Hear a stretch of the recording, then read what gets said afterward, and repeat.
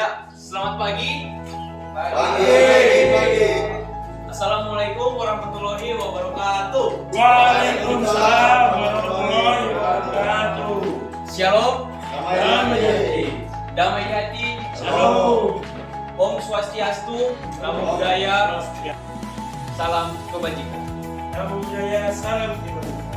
Puji dan syukur atas berkat, rahmat, dan karunia dari Tuhan Yang Maha Esa yang telah mengumpul kita semua di tempat ini sehingga kita bisa melaksanakan ceramah yang akan saya ceramahkan di pagi hari ini.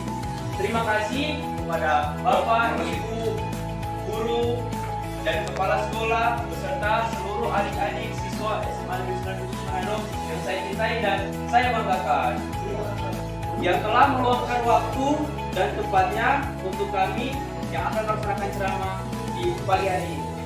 Jadi sebelum kita lanjut, ada pepatah yang bilang tak kenal maka tak sayang. Jadi perkenalkan, nama saya itu Wahen Maduravianto. Saya berasal dari Manado, saya lahir dari Manado asli. Dan saat ini saya sebagai seorang siswa dari Sekolah Pendidikan Pembentukan Bintara Polri Angkatan 50 Manado. Tahun anggaran 2023 gelombang 2. Kebetulan saya adalah alumni dari SMA Negeri 9 Manado.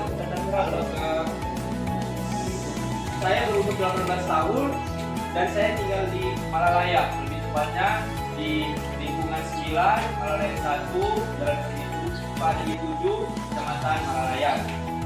Baiklah, jadi di pagi hari ini saya akan melaksanakan kegiatan ceramah dengan judul atau tema kenakalan remaja sesuai tempat yang akan kita laksanakan ceramah, yaitu di sekolah. Pengertian dari kenakalan remaja itu adalah wujud konflik yang tidak terselesaikan dengan baik pada masa kanak-kanak maupun remaja. Jadi secara singkatnya, kenakalan remaja itu adalah wujud dari konflik yang tidak terselesaikan dengan baik pada masa kanak-kanak maupun masa remaja. Kenakalan remaja itu merupakan suatu tindakan yang tidak terpuji atau tindakan tercela yang melanggar tata tertib sekolah dan norma-norma sosial. Ada pasal yang mengatur tentang kenakalan remaja, yaitu di pasal 331 Undang-Undang Ayat 1 tahun 2023 tentang setiap orang yang di tempat umum melakukan kenakalan terhadap orang atau barang yang dapat menimbulkan bahaya, kerugian, itu akan ditindak pidana dan denda paling banyak kategori 2, yaitu 10 juta rupiah. Jadi ada hal-hal yang menjadi contoh dari bentuk kenakalan remaja atau tindak pidana yang dapat menyebabkan kita masuk atau berurusan dengan pihak yang berwajib, yaitu perjudian, tawuran, balap liar, narkoba, serta penyerangan terhadap teman. Hal itu adalah hal pokok yang biasa terjadi kepada anak-anak berusia remaja belasan tahun yang kita ketahui. Contoh yang paling utama, kenakalan remaja, pergaulan bebas.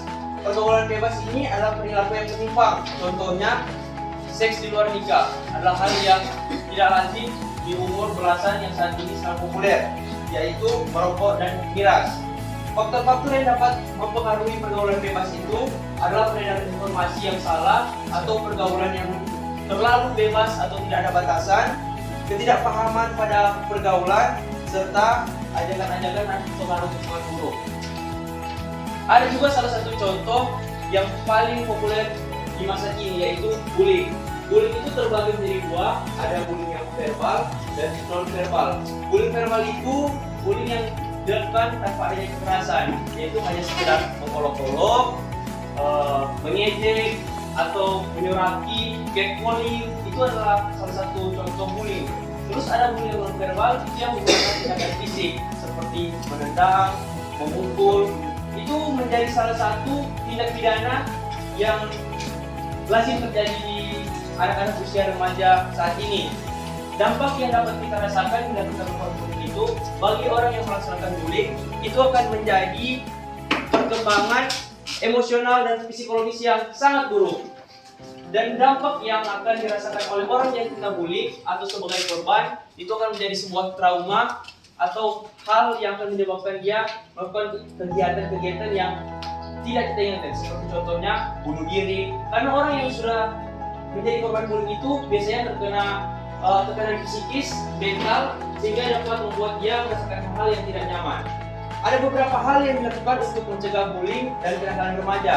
Yang pertama itu, tunjukkan prestasi di sekolah. Jadi selama adik-adik atau teman-teman siswa yang saya cintai ini bisa melakukan prestasi, bisa belajar untuk mendapat juara, lakukan. Karena itu menjadi salah satu faktor yang dapat kita lakukan untuk mencegah adanya bullying atau hal-hal buruk.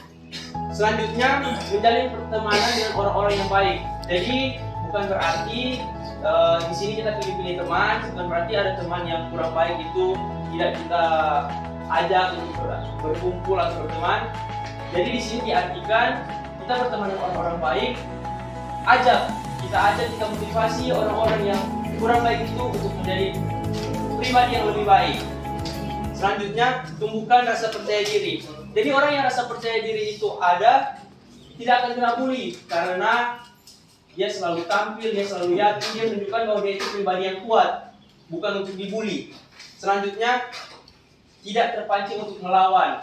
Jadi kalau ada yang mengolok-olok, mengejek, jangan terpancing. Selanjutnya, bila ada pertanyaan atau kata,